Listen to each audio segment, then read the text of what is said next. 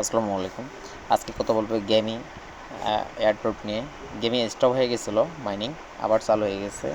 আপনারা টেলিগ্রামে এসে গেমিং এয়ারড্রপ লিখে সার্চ করবেন।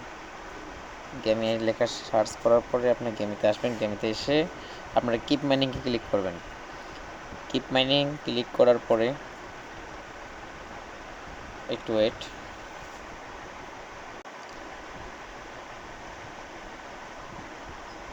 এভাবে পেজে ওপেন হবে।